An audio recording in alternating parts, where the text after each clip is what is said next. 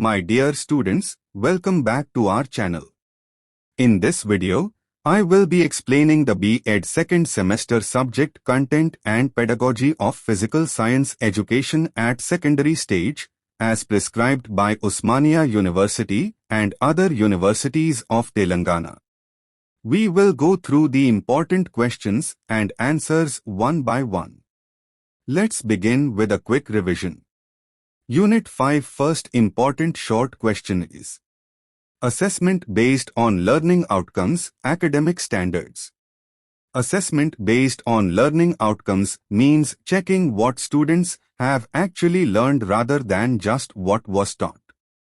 Learning outcomes clearly state what a student should know, understand, and be able to do after a lesson or unit. Academic standards set a benchmark for these outcomes, ensuring all students achieve a certain level of understanding.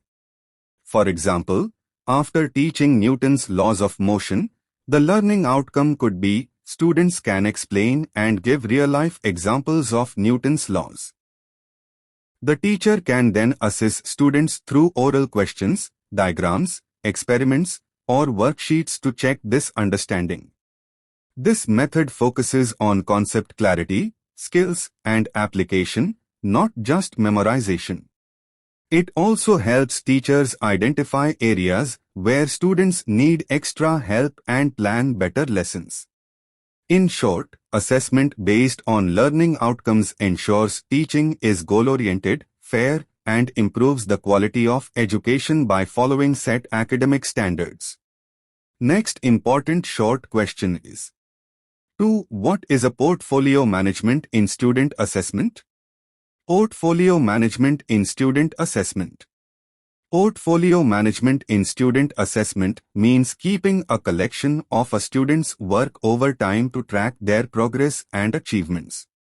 Instead of judging a student only by exams, teachers collect different learning materials like assignments, lab reports, projects, drawings, quizzes, and reflections. For example, in a physics class, a student's portfolio may include their experiment observations on electricity, diagrams of circuits, solved numerical problems, and a small research project. This shows not just their marks, but also their growth, creativity, and understanding. Portfolios help teachers assess overall learning, skills, and improvement, and parents can also see their child's progress. It encourages students to take responsibility for their learning and feel proud of their achievements. In short, portfolio management is like a learning album where each page shows a student's journey, making assessment more personal, continuous, and meaningful rather than exam-focused. Next important short question is 3. Write significance of school-based assessment.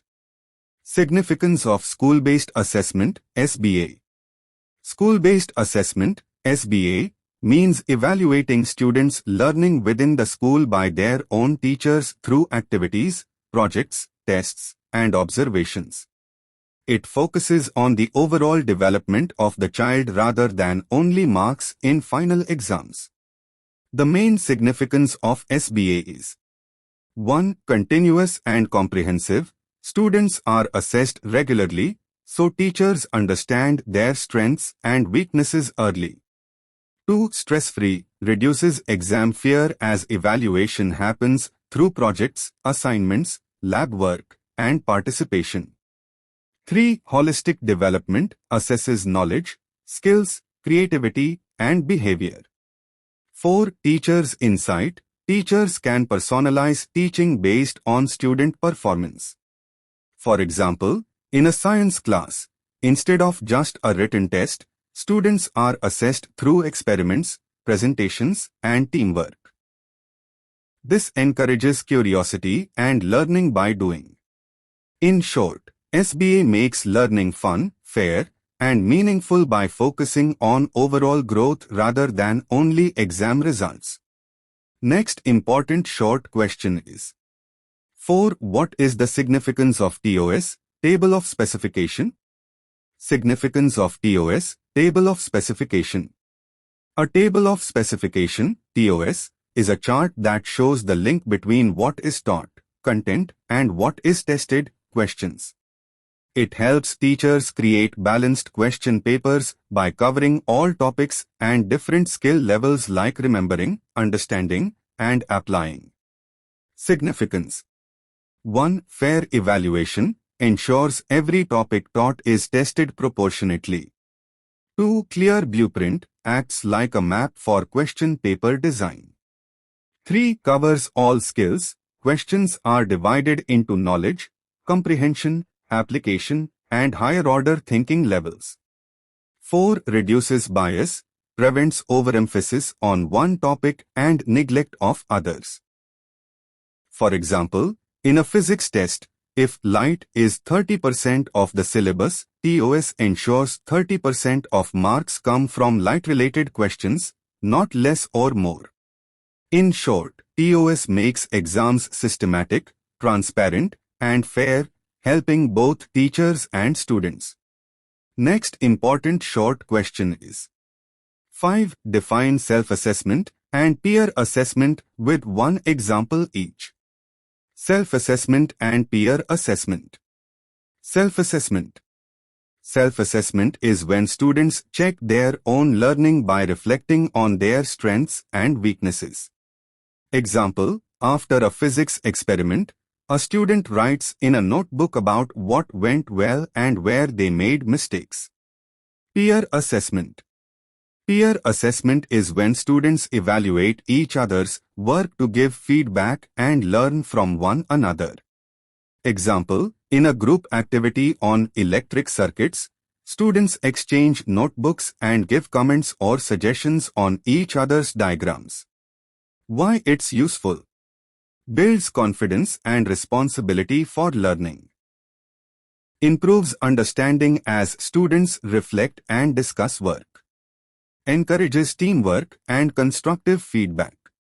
In short, self-assessment is equal to judge yourself. Peer assessment is equal to friends judge each other, both make learning fun, active, and student-centered. Next Unit 10. Long questions. First important long question is 1. Explain the strategies of continuous assessment in science teaching. Strategies of continuous assessment in science teaching. Continuous assessment means checking students' learning regularly instead of only during final exams. It helps teachers understand students' progress, correct mistakes early, and make science learning interesting and practical. 1. Classroom observation. Teachers watch students during activities, discussions, and experiments. Example, a teacher observes how carefully students handle chemicals in a chemistry lab. 2. Questioning and oral tests. Asking questions during lessons checks understanding instantly. Example, after explaining Newton's laws, the teacher asks quick oral questions to test concept clarity. 3. Assignments and homework. Small tasks, like writing answers or solving numerical problems, help teachers check how well students apply concepts. Example, homework on calculating resistance using Ohm's law. 4. Projects and experiments. Hands-on projects encourage creativity and deeper understanding. Example, building a simple water filter to learn about purification. 5. Quizzes and tests. Short, frequent quizzes keep learning active and measure knowledge quickly.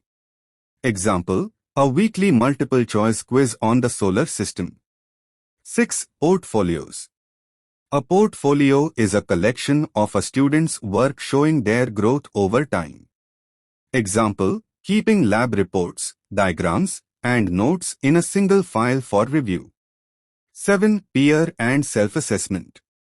Students evaluate their own work or classmates' work to build confidence. Example, students exchange experiment reports and give suggestions. 8. Rubrics and checklists. Rubrics give clear criteria for marking. Students know exactly how they'll be assessed. Example: a rubric for science fair models includes creativity, working condition, and presentation. Why it matters? Continuous assessment makes science teaching student-centered, practical, and stress-free. It motivates students to learn consistently rather than study only before exams. Teachers can identify weak areas early and provide support, helping every student succeed.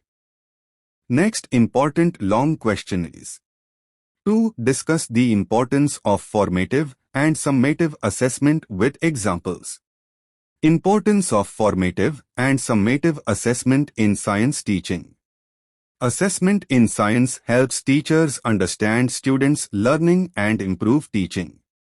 Two main types are formative and summative assessment. 1. Formative assessment. Formative assessment is continuous and informal. It happens during the learning process to check understanding, guide improvement, and make learning active. Importance: identifies strengths and weaknesses early. Helps teachers adjust teaching methods. Encourages student participation and self-reflection. Example: during a physics class on Newton's laws, the teacher asks students to predict what happens when they push objects of different masses. Students perform a small experiment, and the teacher gives feedback immediately. 2. Summative assessment. Summative assessment is formal and occurs after learning is completed. It measures how well students have learned the content. Importance: evaluates overall achievement at the end of a topic or term. Helps in grading and certification. Motivates students to consolidate knowledge. Example: at the end of the electricity chapter, students take a written test or practical exam to assess their understanding of circuits, Ohm's law, and measurements. Key differences in simple words. Aspect: formative assessment, summative assessment. When during learning, after learning. Purpose: improve learning, measure achievement. Examples: quizzes, class discussion, lab observation, final exams, end-term projects. Feedback: immediate, usually delayed, marks-based. Why both are important? Formative assessment keeps students engaged and improves learning gradually. Summative assessment measures final achievement and helps in grading. Together, they make science teaching effective, fair, and motivating, supporting both learning and evaluation. Next important long question is: 3. Describe the role of performance assessment in science education. Role of performance assessment in science education. Performance assessment evaluates students based on what they can do, not just what they know. In science, it focuses on practical skills, problem solving, and application of knowledge rather than only written answers. Key roles of performance assessment. 1. Assessing practical skills. Science is about experiments and observation. Performance assessment checks how well students perform experiments, handle instruments, and follow procedures. Example: measuring the pH of different solutions accurately in a chemistry lab. 2. Encouraging active learning. Students actively participate in activities, group tasks, and projects. Example: building a simple electric circuit to understand current flow encourages hands-on learning. 3. Developing critical thinking. It assesses problem solving, analysis, and creativity. Example: designing a model to reduce water wastage in daily life requires thinking and planning. 4. Recording and reporting. Teachers can record students' performance systematically, which helps in grading and feedback. Example: using a checklist to mark accuracy, teamwork, and understanding in lab activities. 5. Holistic evaluation. Performance assessment evaluates not just knowledge but attitude, participation, and teamwork, giving a more complete picture of learning. 6. Promoting self and peer assessment. Students can reflect on their own work or evaluate classmates' projects. Example: students review each other's science models for creativity and functionality. Example in a physics class. Topic: Laws of motion. Students conduct a trolley experiment to measure acceleration. Teachers assess accuracy of measurements, understanding of forces, and teamwork. Feedback is given immediately to improve learning. Why it matters. Performance assessment in science makes learning practical, interesting, and meaningful. It motivates students to apply knowledge, develop skills, and think critically, rather than just memorizing facts. It also helps teachers identify strengths and weaknesses and guide students for better learning outcomes. Next important long question is: 4. Explain the process of preparing a unit test based on TOS. Process of preparing a unit test based on TOS, Table of Specification. A table of specification, TOS, is a tool that helps teachers plan and organize a test. It ensures the test is balanced, fair, and aligned with learning objectives. Using TOS, teachers can decide what to ask and how many questions from each topic or skill. Steps to prepare a unit test based on TOS. 1. Identify learning objectives. Review the unit and list what students should know and do. Example: in a physics unit on Newton's laws, objectives may include understanding the laws, solving related problems, and performing experiments. 2. Select content areas and skills. Divide the unit into topics or subtopics. Identify the type of skills to test: knowledge, understanding, application, or analysis. 3. Assign weightage. Decide how many questions or marks each topic and skill should get based on importance. Example: Newton's second law may have more questions than simple definitions because it's a key concept. 4. Create TOS table.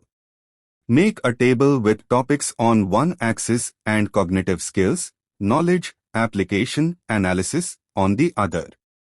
Fill in the number of questions for each cell. Topic: knowledge, application, analysis total. Newton's laws to 316. Friction to 215. Motion in one dimension 1 to 14. 5. Prepare questions. Write questions according to the TOS table. Ensure variety, multiple choice, short answer, numerical problems, and diagrams. 6. Review and revise. Check if questions match objectives and weightage. Ensure difficulty level is appropriate for all students. Example: if students learned Newton's laws, TOS ensures that the test includes definitions, knowledge, problem solving, application, experiments or real-life situations, analysis. This makes the test balanced, fair, and effective in evaluating all aspects of learning. Next important long question is: 5. Discuss assessment as a feedback mechanism for improving teaching learning. Assessment as a feedback mechanism in teaching learning. Assessment is not just about giving marks, it is a powerful tool to improve teaching and learning. When used as feedback, assessment helps teachers and students understand what is working well and what needs improvement. How assessment provides feedback. 1. Identifying learning gaps. Assessments help teachers see which concepts students are struggling with. Example: if many students make mistakes in Newton's second law problems, the teacher knows to re-explain with examples or experiments. 2. Improving teaching methods. Feedback from assessments guides teachers to adjust teaching strategies. Example, students may understand theory but fail in practical experiments. The teacher can include more hands-on activities. 3. Encouraging student self-reflection. Assessment feedback helps students recognize their own strengths and weaknesses. Example, a student sees they are weak in graph-based questions and practices more. 4. Monitoring progress continuously. Formative assessments like quizzes, assignments, and observations provide continuous feedback. This ensures that learning is on track throughout the term. 5. Enhancing motivation. Constructive feedback motivates students to improve and try better strategies. Example, praising correct reasoning and suggesting improvements in calculation skills boosts confidence. Example, in a physics class, after a unit test on motion, the teacher analyzes results. Most students struggled with projectile motion questions. Feedback is given through group discussions, problem-solving sessions, and additional worksheets. Next time, students perform better, showing that assessment feedback helped both teaching and learning. Conclusion. Assessment as feedback closes the loop between teaching and learning. It is not about marks alone but about understanding, correcting, and improving. Regular feedback makes learning more effective, personalized, and motivating.